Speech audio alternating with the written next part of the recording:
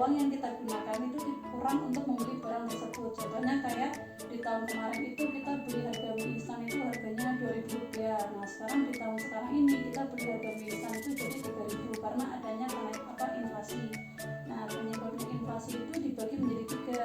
Yang pertama itu ada inflasi permintaan, yang dimana biasa terjadi ketika permintaan barang atau jasa tersebut meningkat.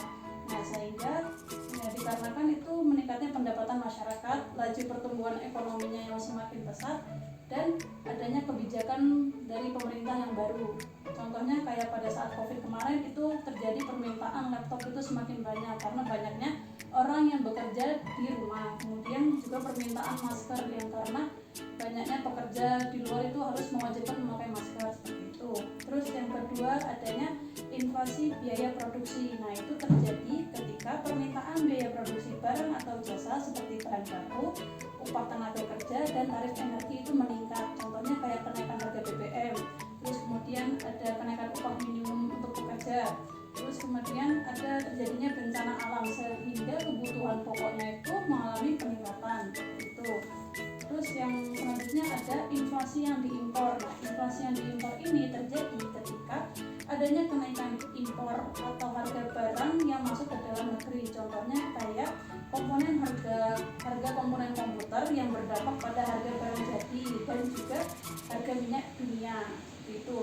Terus dampak inflasi terhadap perekonomian negara itu yang pertama terjadinya penurunan terhadap daya beli masyarakat yang mengakibatkan masyarakat semakin sulit untuk melakukan permintaan dalam memenuhi kebutuhan sehari-hari, sehingga inflasi pada perekonomian negara itu yang pertama terjadinya penurunan terhadap daya beli masyarakat yang mengakibatkan masyarakat semakin sulit untuk memenuhi kebutuhannya sehari-hari dan mengurangi penggunaan konsumsi yang dapat berpengaruh terhadap lambatnya laju pertumbuhan ekonomi di negara tersebut.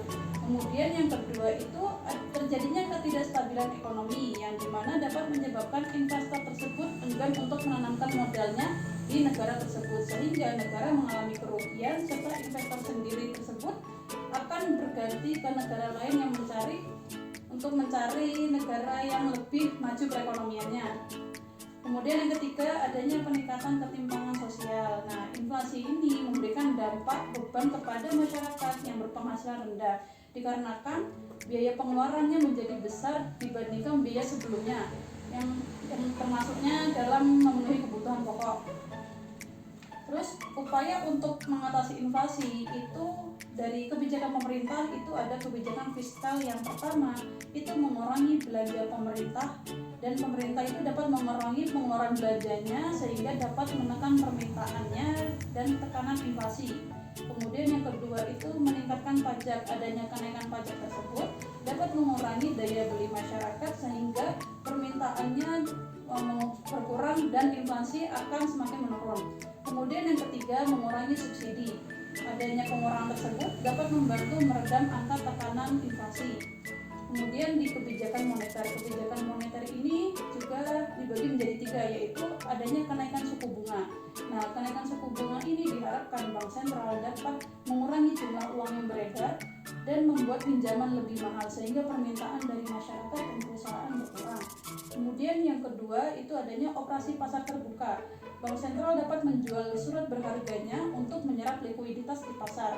Kemudian yang ketiga ada cadangan wajib minimum. Cadangan wajib minimum ini dapat membatasi kemampuan bank untuk menyalurkan kreditnya.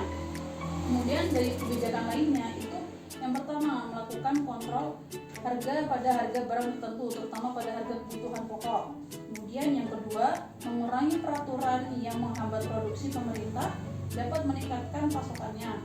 Kemudian selanjutnya adanya subsidi energi yang membantu menurunkan biaya produktif dan distribusi barang. Kemudian peran Bank Sentral dalam mengendalikan inflasi ini yang pertama yaitu menetapkan target inflasi yang jelas dan memakai instrumen kebijakan moneter yang jelas juga. Kemudian yang kedua, Bank Sentral ini perlu melakukan komunikasi kepada publik mengenai kebijakan yang diambil serta alasan-alasannya. Dan peran masyarakat ini yaitu yang pertama masyarakat dapat meningkatkan menabung untuk mengurangi konsumsi dan tekanan inflasi. Yang kedua, masyarakat dapat melakukan investasi untuk meningkatkan produktivitas ekonomi dalam waktu jangka panjang.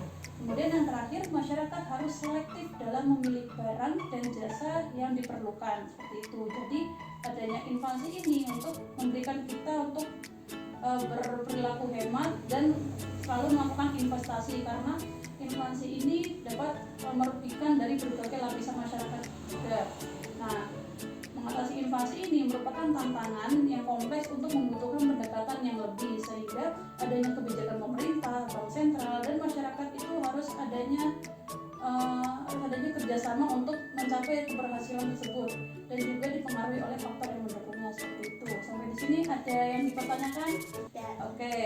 Kalau tidak ada yang dipertanyakan, saya kira penjelasan yang sudah saya berikan kepada Mbak Mela semoga bermanfaat. Wassalamualaikum warahmatullahi wabarakatuh.